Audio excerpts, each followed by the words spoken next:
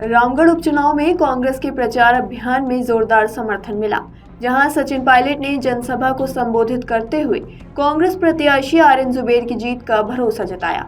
उन्होंने कहा कि सभी जाति धर्म के लोग एकजुट होकर कांग्रेस के पक्ष में मतदान करेंगे। दरअसल रामगढ़ उपचुनाव में कांग्रेस का प्रचार करने आज पूर्व प्रदेश अध्यक्ष सचिन पायलट भी रामगढ़ पहुंचे। रामगढ़ फाटक के पास उनकी जनसभा का आयोजन किया गया। इस सभा में विधानसभा में प्रतिपक्ष के नेता टीकाराम जूली के अलावा विधायक ललित यादव और दीपचंद खोरिया सहित अनेक नेता भी मौजूद रहे। इस जनसभा में बड़ी संख्या में लोग भी सचिन को सुनने आए थे, जिनमें सभी जाति समुदाय के लोग शामिल थे। जनसभा में बोलते हुए सचिन पायलट ने कहा कि भाजपा रामगढ़ में यह बात तय है कि आर्यन यहां से चुनाव जीत रहे हैं। हेलीकॉप्टर से जनसभा में पहुंचे सचिन ने कहा कि रामगढ़ में सभी जाति धर्म के लोग एकजुट होकर कांग्रेस के पक्ष में मतदान करेंगे और आर्यन जुबेर की जीत दर्ज कराई जाएगी। कांग्रेस नेता सचिन पायलट ने मीडिया से बातचीत में कहा कि आर्यन जुबेर खान भारी बहुमत से रामगढ़ चुनाव में जीतने वाले हैं। पार्टी ने नौजवान लड़के पर विश्वास जताया है और वह पार्टी की उम्मीदों को जरूर पूरा करेंगे। सचिन पायलट ने कहा कि स्वर्गीय जुबेर खान का रामगढ़ के विकास में महत्वपूर्ण योगदान रहा है। उनके सभी जाति के लोगों के साथ अच्छे संबंध भी थे।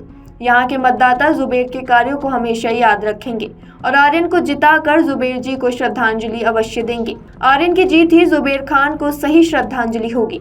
उन्होंने आगे कहा, स्कूल और कॉलेजों को भगवा रंग में रंगने के सवाल पर कि शिक्षा में किसी तरह की राजनीति नहीं करनी चाहिए। यहाँ भाजपा के लोग अपनी विचारधारा सभी लोगों पर थोपने का काम कर रहे हैं, जो बिल्कुल गलत है। शिक्षा के साथ ऐसा भेदभाव नहीं होना चाहिए। उन्होंने आखिर में मेवात विकास बोर्ड के बारे में पूछे जाने पर इतना ही कहा कि आर्यन जुबेर खान चुनाव जीतकर हर हालत में विधानसभा पहुंचेंगे।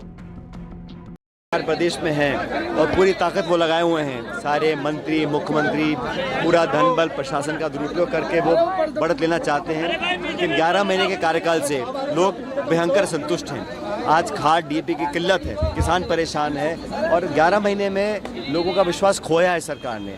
इसलिए जनता भी इन 7 जगहों पर सरकार के काम का आकलन करेगी। हमारे उम्मीदवार मजबूती से चुनाव लड़ रहे हैं और मैं मानता हूं कि अच्छे बहुमत के साथ हम लोग चुनाव जीतेंगे। मुख्य मुकाबला यहां भाजपा और कांग्रेस का है और पिछली बार की तरह यहां पर भाजपा को हारना पड़ेगा, कांग्रेस पार्टी जीतेगी। यहां के हमारे उम्मीदवार भारी मत से जीत कर जाएंगे। राजस्थान के चुनाव में कश्मीर की एंट्री हो चुकी है, धारा 370 पर बात हो रही है, लगातार आरोप प्रत्यारोप लगाए जा रहे हैं। यहाँ तक कि जो है कांग्रेस के नेता भी अब कत्लेआम की बात कर रहे हैं। भाषा कहने की देखो, भाषा को मैंने अपने भाषण में भी कहा, भाषा हमेशा संयमित होनी चाहिए, शब्दों का चयन बहुत महत्वपूर्ण है। अपनी बात रखें। और कांग्रेस पार्टी ने शुरू में कहा था, जम्मू कश्मीर में हम लोग चाहते हैं कि पूर्ण राज्य का दर्जा तुरंत प्रभाव से मिलना चाहिए। केंद्र सरकार ने कोर्ट में भी कहा है, खुद भी वक्तव्य दिया था कि पूर्ण राज्य का दर्जा मिलना चाहिए। अब सरकार को बिना टाइम खराब करे जम्मू कश्मीर को एक पूर्ण, जो पहले राज्य था, क्योंकि हमारी सरकार नहीं बन गई है, एक पूर्ण राज्य का दर्जा देना चाहिए। इन उपचुनावों के अंदर सरकार को वोट मांगने से पहले जवाब देना चाहिए, कितनी नौकरी आप लोगों ने दी हैं, क्या हाल बिजली पानी का है, क्या हाल कानून व्यवस्था का है। अभी जोधपुर में इतना भयंकर हत्याकांड हुआ है, उसका खुलासा पूरा करना चाहिए कि कौन लोग उसके पीछे थे।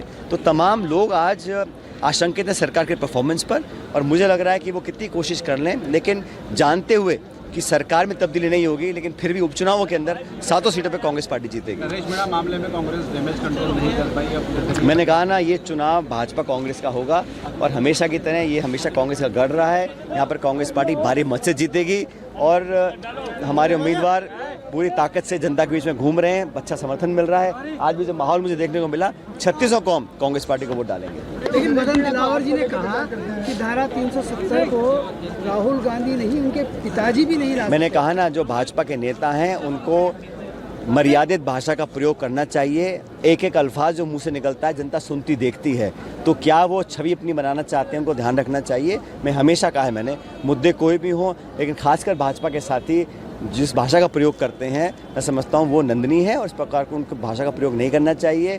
और विशेष रूप से जो लोग राजनीति में हैं उन लोगों को एक एक शब्द को सोच समझ के बोलना चाहिए। आज की सभा में नरेश मीणा पर बहुत चर्चा हुई, हर वक्ता की जुबान में नरेश मीणा। आखिर नरेश मीणा, मैंने आपको कह दिया, यहाँ चुनाव द्विपक्षीय होगा। मुख्य हमारी पार्टी भाजपा से मुकाबला है और पिछली बार भाजपा काफी वोटों से हारी थी, इस बार में कांग्रेस पार्टी जीतेगी। अगर आप ये वीडियो YouTube पर देख रहे हैं तो हमारे चैनल को सब्सक्राइब करें और बेल आइकन को दबाना ना भूलें। अगर आप Facebook पर ये वीडियो देख रहे हैं तो हमारे पेज को लाइक करें।